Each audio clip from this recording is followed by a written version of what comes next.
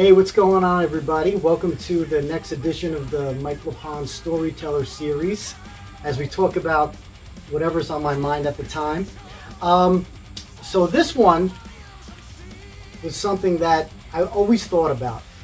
I've been doing interviews for 20 years, and I've always wanted someone to ask me how heavy metal has changed from like 1980 to 2020. So since no one asked me, I'm just going to do it myself. So I got my friend here, my best friend in the world, Alan D'Angelo, and he's from a band called Power Theory. Power Theory is one of the best power metal bands you're ever going to hear. Their new album is called Force of Will, and it's on Pure Steel Records. Basically, it's in the same vein as the Silent Assassins, but with a 2-guitar attack. And let me tell you something, it's awesome. So check it out and let me know what you think of it. And of course, there's the Silent Assassins record. I hope you get that too. All right, Alan, the reason I had you here is because... I'm old. Yeah, he looks amazing. Right, I know you probably think he's 29, but he's been around since that time. And when I say, like,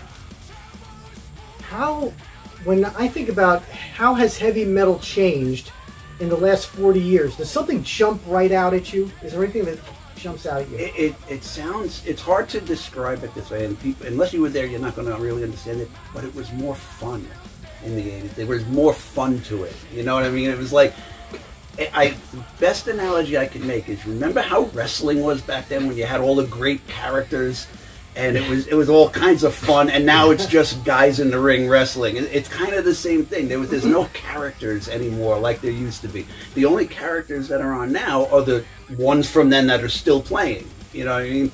I mean, there's you have your oh my God, I'm brain farting. Who are the ones with the masks? Slipknot, okay. And you have Ghost, and but it doesn't have the same feel as it did back then, you know. And it's just, and it was more. I think it was. I may be wrong. It's only my opinion. I thought there was more attitude back then, you know. Yeah, absolutely. The rock star. There was more rock stars back then than there is now, you know. And it even go even further back in the 70s. It was even. I love the 80s. Don't get me wrong, but the 70s were even better for that. You know, when heavy rock was around in the 70s, you had the Freddie Mercurys and the Robert Plants and the Bowies, and like there's no one like that anymore. You know. Yeah, yeah, and I think it was much more raw. Yeah, definitely. You know what I mean? Raw. Now, a lot of the stuff sounds too perfect. Right. Now, I remember, like, in the early days of heavy metal, what was the most, when you turned on a heavy metal song, what was the most important thing that came out at you?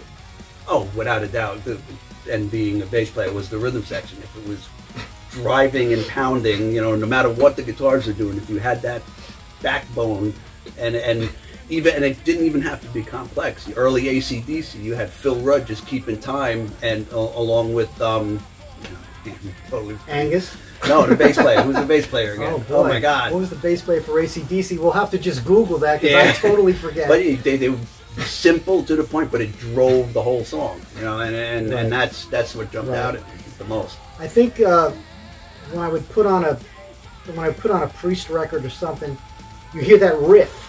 Yeah. Right? The riff comes in and grabs you. And then Alfred just comes soaring in like an eagle. And Do you think that maybe keyboard has gotten a little bit too much into heavy metal these days?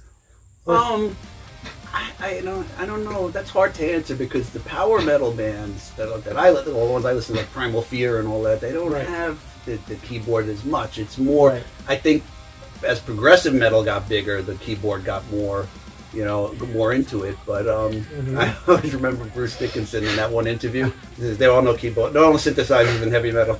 Right. You can't play heavy metal on a synthesizer. Yeah. No, all right, yeah, that's definitely a fair point. All right, next question. All right, let's say it's 1987. Let's go back to 1987. right? Okay. And you got a crew cut. Your hair is super short, right? Super short. You know, you go out with your friends, you go dancing and all that. So you happen to see, you know, one night you decide to go into a metal club like L'Amour or something, right? And you try to pick up a metal chick with short hair. What is your chances? Slim and none, and Slim's on vacation. Zero. There is no way. I think that's another thing that's kind of changed. In the 80s, if you had short hair, you ain't picking up a metal chick. I don't care how good looking you are. Okay? Now, these days, it seems like girls, metal chicks, they're more likely to date guys with shorter hair. Right? You got the bald guys. Well, that's, yeah, well, I was going to say that's because a lot of the musicians no longer have the long hair. That's the whole thing. It changed. Back then, it was all, especially, you said 87, that's when the hair bands were at their zenith. I mean, we used to, you know, I hated hair bands, but, you know, me and my friends used to go to the hair band concerts and tease our hair up because we're like, okay, the girls will get all excited, but they can't get backstage, and they'll turn around and go, oh, they look like Rat. You know, it's like, that was the plan. You see, that was the plan. We would go to these concerts where we'd hate the music, but that's where the girls were going to go, because who would be coming to our shows? Like 300-pound fat guys? Oh no, the guy with the leather jacket, with the denim jacket with no sleeves over it, and 80,000 patches on the back. You know, those are the pure, you know, the guys in the front going Motorhead when they didn't like a band, you know. Right, and we wanted just the girls. We didn't. That's all well and good if you want to buy the albums, but no, I mean I totally agree with that. Now, next question: how about the metalhead themselves? What were they like? Maybe as the listeners, what were they like as from like 1980 as opposed to now? Is there anything that jumps out at you? It was, well, I guess I don't see it as much now because I'm older and my friends are all older. But back then, it was like a total lifestyle.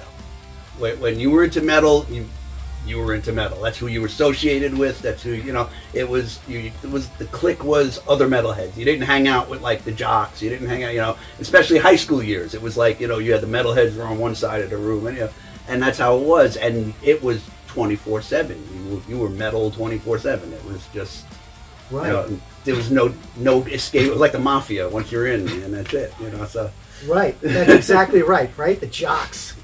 You had the jocks, you had the you know, the brainy kids, the nerds, and then you had just the normal kids that, like, you know, their parents told you to stay away from them. Right. Now, back in the 80s, there was a civil war in the heavy metal community. There were the guys that liked Priest and Maiden and Metallica, and then there were the guys that liked Poison and Rat. And what was the name that we gave to those guys? Posers. Posers. That was, and listen, that was a big deal. I used to have a shirt called Poser Disposer. Okay? And I could find a picture where I have that. That's a new revelation. But we hated those guys, right? Oh God. I was in a band called Aris in '87, and we played a now long gone club called Streets in Rochelle. And I won't mention the band that played with us. There was a band that went on that we opened for, and they were total hair band, you know. And we went out there, and we were power metal, borderline thrash. And we finished and blew the place apart. And we get backstage, and they're getting ready to go on. Oh no, sorry, I screwed the whole story up. They opened for us. They went out and played. And then they went backstage, and we're getting ready to go on, and the singer actually walked up to us and goes, guys, you know, we'd really appreciate it if you don't call us posers when you get up there. And I was like, wow, even they know it. Even they know it. They own it, though.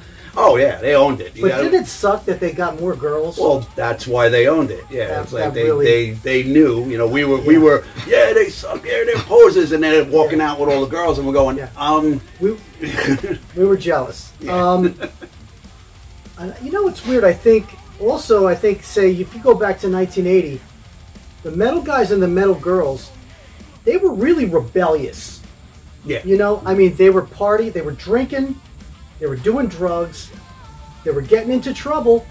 I mean, Were you there when Maiden played with Anthrax at the Meadowlands and they were overturning the cars, burning the cars? I wasn't there, but I was at the garden show when they tore up all the seats, Judas Priest.